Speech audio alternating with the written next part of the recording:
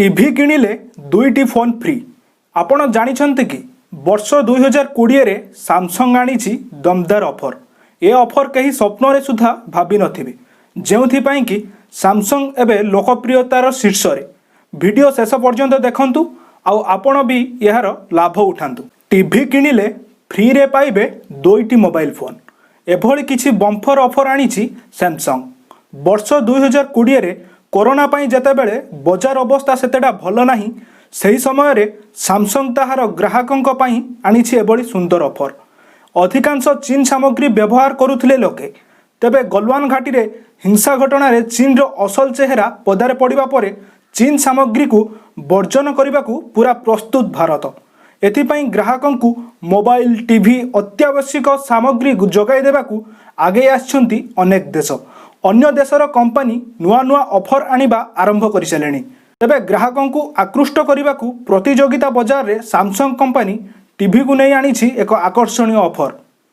प्रतिवर्ष new feature सह TV mobile आनी थाए सैमसंग कंपनी।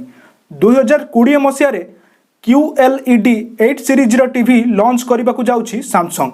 एमितिरे भी बजार रे सैमसंग टीवी आउ मोबाइल चाहिदा बहुत अधिक।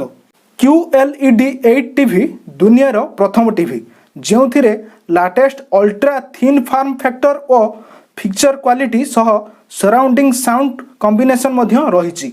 एही टीवी रो दाम मध्य बहुत अधिक। QLED 8 सीरीज 65 इंची टीवी रो दाम रही 4,99,000 टंका। से भली 85 इंच टीवी रो दाम रही 15 लाख टंका। एही टीवी लॉन्च पाई सैमसंग कैशबैक सह अनेक आकर्षणीय ऑफर मध्य रखिछि। एही ऑफर सीमित समय पाई उपलब्ध रही। जुलाई 1 रु 10 तारिख पर्यंत एही टीवी रो फ्री बुकिंग करि परिबे ग्राहक। बड़ कथा हेउछि जो ग्राहक एही टीवी किनिबे सेमानंकु Samsung Galaxy S20 plus free रे मिलिबो। यह व्यतीत 15,000 टंकार कैशबैक ऑफर मध्य रही।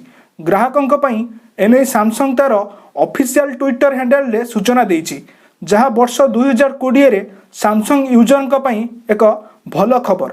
टीवी सह टंका एवं मोबाइल पाइबार सुजोग एबे ग्राहकंक पाखरे। यह हुए तो लोकंकु आगुआ टीवी बुकिंग पाई आकृष्ट करिवो। वीडियोटी भल लागिथिले आम वीडियो को लाइक करंतु, शेयर करंतु एवं सब्सक्राइब करी एपरि डेली अपडेट न्यूज सर्वप्रथमे पांतु। धन्यवाद।